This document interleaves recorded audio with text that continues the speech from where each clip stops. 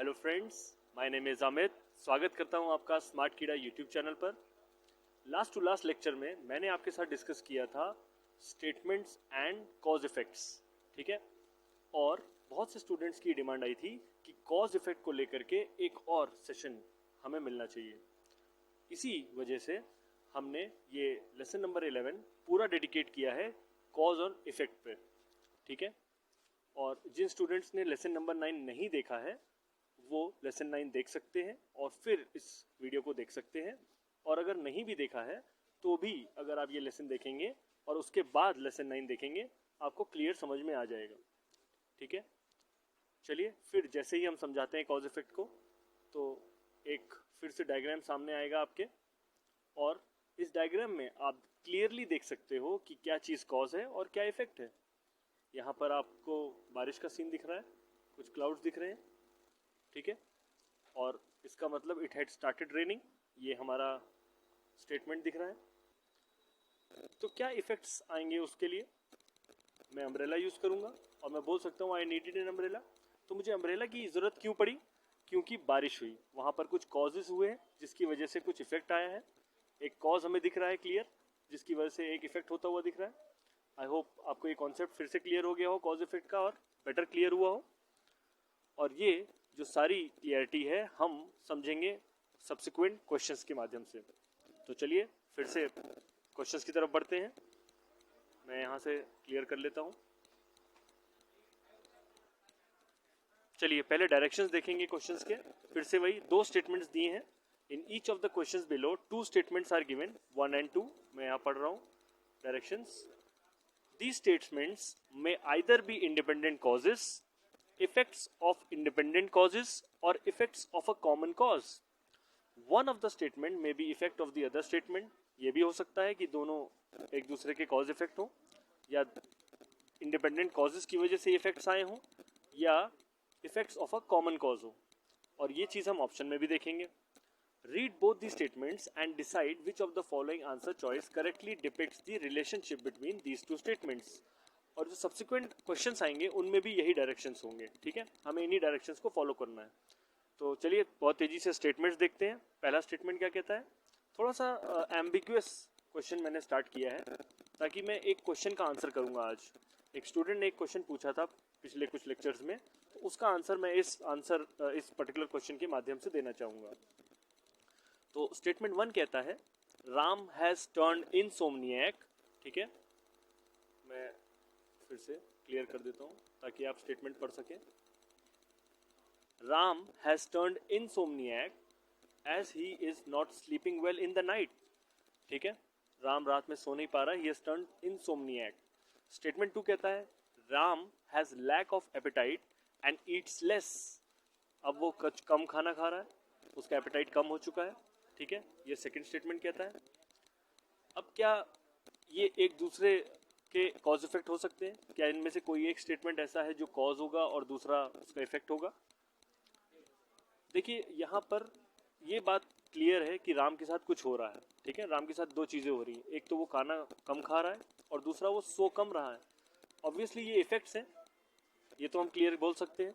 चलिए ऑप्शंस क्या कहते हैं, ऑप्शंस देखते हैं और वहाँ से हम समझेंगे कि क्यों ये एक एम्बिगुअस क्वेश्चन है और मैं आंसर लाने की कोशिश कर रहा हूँ, ऐसा लगेगा आपको। लेकिन क्या डिफरेंस है और वो क्या क्वेश्चन बच्चे ने पूछा था उसका भी आंसर मैं आज आपको दूंगा। यहाँ पर दो आंसर्स हो सकते हैं, और वो क्या?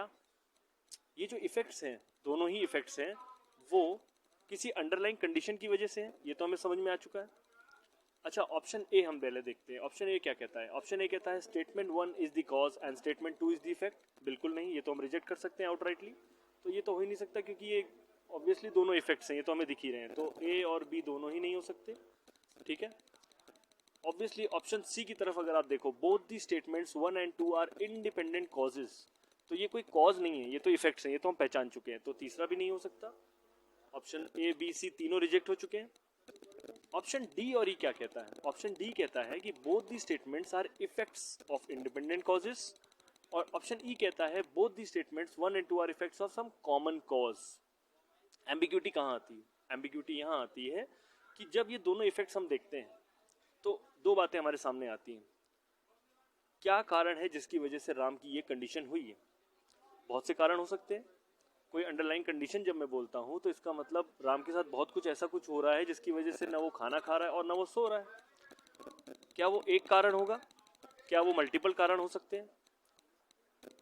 क्या पता राम फेल हुआ हो, इस वजह से वो खाना ना खा रहा हो, और साथ ही साथ राम का ब्रेकअप हो गया, उसकी वजह से वो सो नहीं पा रहा हो। तो दो तीन कारण हो सकते हैं, और एक कारण भी हो सकता है सिंगल एक कारण भी हो सकता है जिसकी वजह से राम के साथ ये कंडीशन होगी।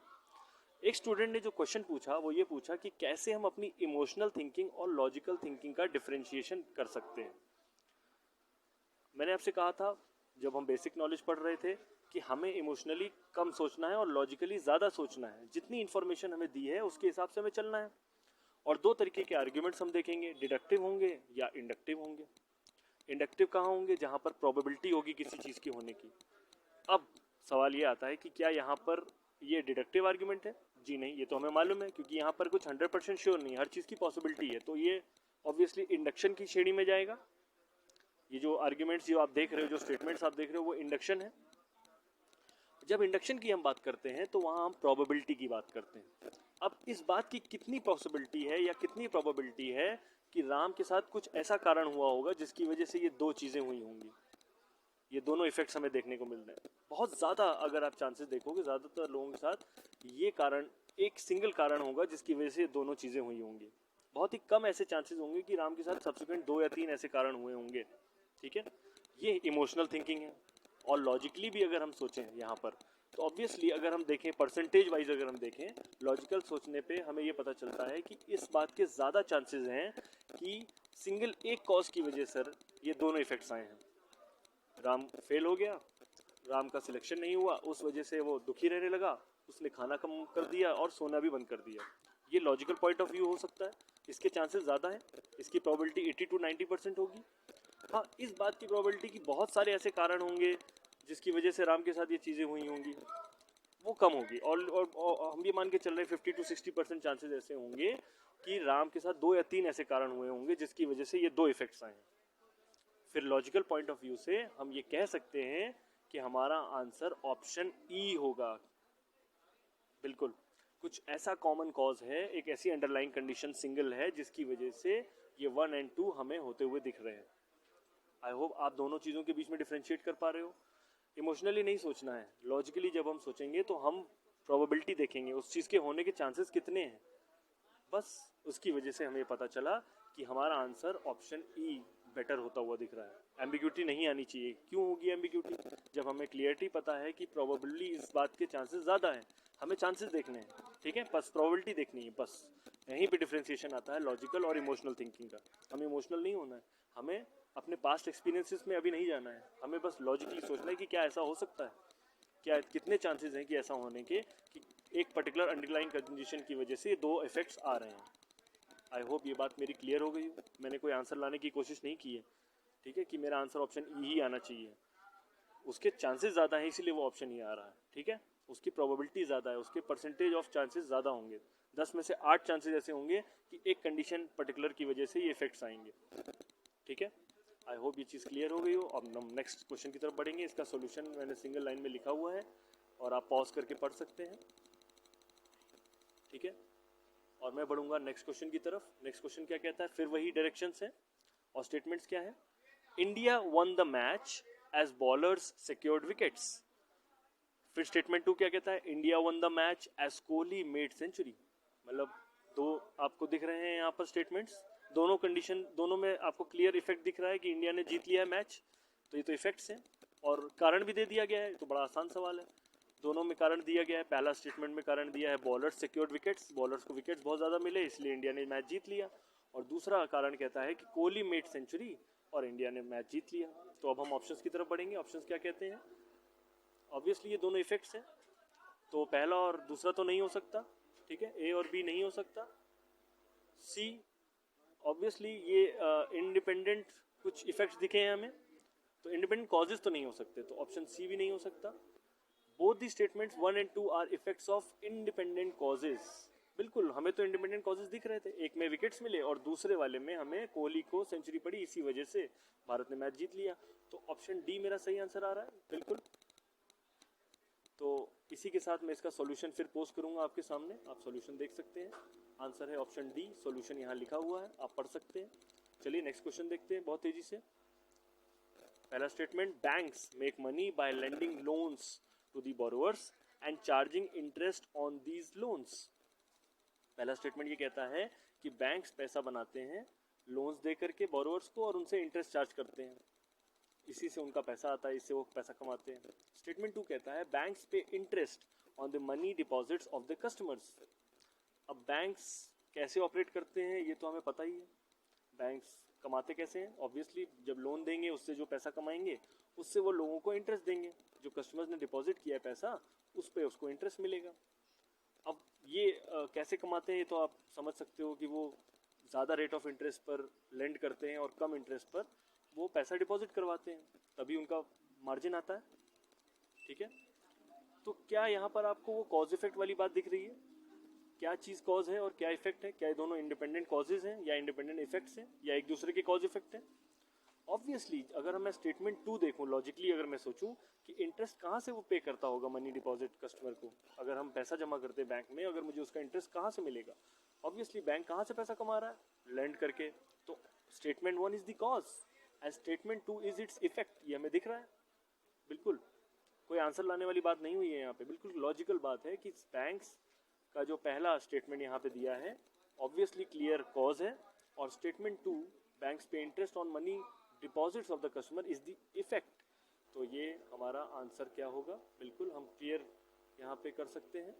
हमारा आंसर होगा बोथ दी स्टेटमेंट्स, सॉरी हमारा आंसर होगा statement 1 is the cause and statement 2 is the effect, option A.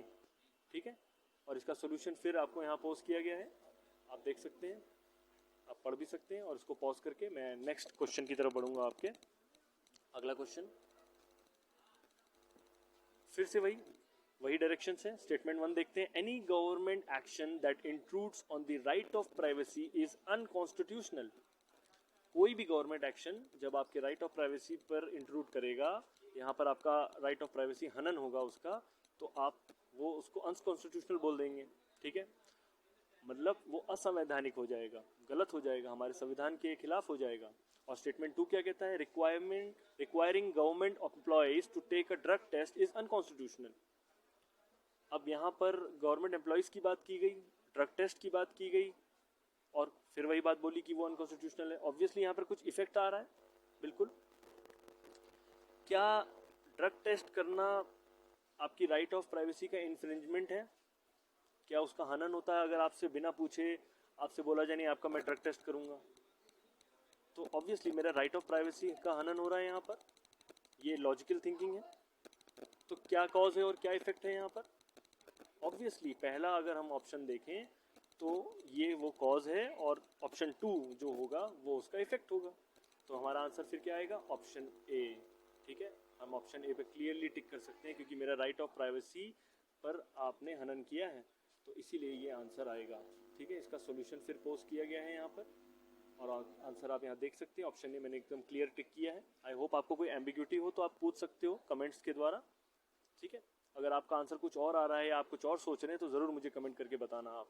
ठीक है, चलिए ऐसे ही क्वेश्चन नंबर 5 की तरफ बढ़ेंगे। क्वेश्चन 5 क्या कहता है? यहाँ पर थोड़े डायरेक्शन चेंज किए हैं मैंने। Consider the following statements from the passage and answer accordingly. यहाँ भी 2 स्टेटमेंट्स दिए हैं, तो चलिए पहले दोनों स्टेटमेंट्स देख लेते हैं। पहला स्टेटमेंट कहता है 2/3 of the death among children under 5 in India are attributed to undernutrition, which manifest as underweight, stunting and wasting.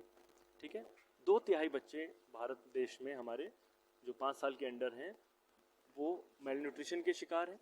ठीक है, अंडर न्यूट्रिशन जिसकी वजह से जो उनका वेट है वो कम हो जाता है, वो अंडर वेट हो जाते हैं।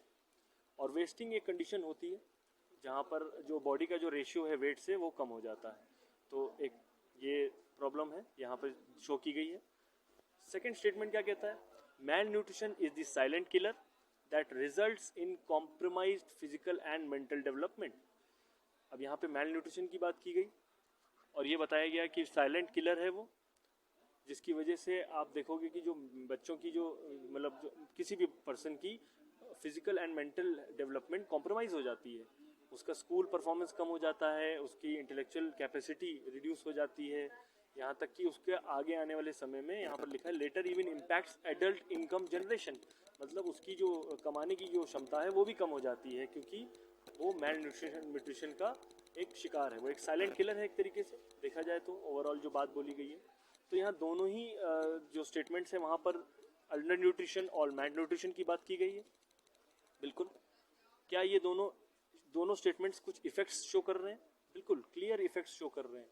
पहले में बताया गया 2/3 बच्चे मर जा रहे हैं अंडर 5 ईयर्स ऑफ एज, और दूसरे में बताया गया कि जब मेलन्यूट्रिशन होता है तो उसकी वजह से पुअर परफॉर्मेंस एट स्कूल और ये रिड्यूस इंटेलेक्चुअल कैपेसिटी, उनका मानसिक उतना डेवलपमेंट नहीं हो पाता है, साइकोलॉजिकली भी वो वीक होते हैं, फिजिकली भी वो वीक होते हैं, और इनकम जनरेशन में भी उनको दिक्कत आती है। तो ये दोनों इफेक्ट्स हैं, और ये किसी अंडरलाइंग कंडीशन की वजह से फिर से है, और वो कंडीशन क्या है? Mail nutrition, under nutrition. बिल्कुल, तो हम किस सवाल के जवाब अगर हम दें इसका, तो हम टिक कर सकते हैं। स्टेटमेंट ए को टिक किया जा सकता है? जी नहीं। स्टेटमेंट बी को टिक किया जा सकता है? बिल्कुल भी नहीं। हाँ, statement C, statement 1 and statement 2 are effects of some common cause, option C एकदम क्लियर आंसर होगा, और ये हम टिक कर सकते हैं। और इसका सोल्यूशन भी अगर आपको देखना हो तो यहाँ पर ये दिखेगा, ऑप्शन सी हमारा सही आंसर आ रहा है। इसी के साथ मैं इस वीडियो को कंप्लीट करूँगा, फिनिश करूँगा। वीडियो अच्छा लगा हो तो लाइक और शेयर ज़रूर कर देना, अपने डाउट्स ज़रूर बताना, और अपने कमेंट करके ये भी बताना कि वीडियो आपको कैसा लगा। तैयारी करते रहिए। Thanks for watching this video. Till then, signing off from me.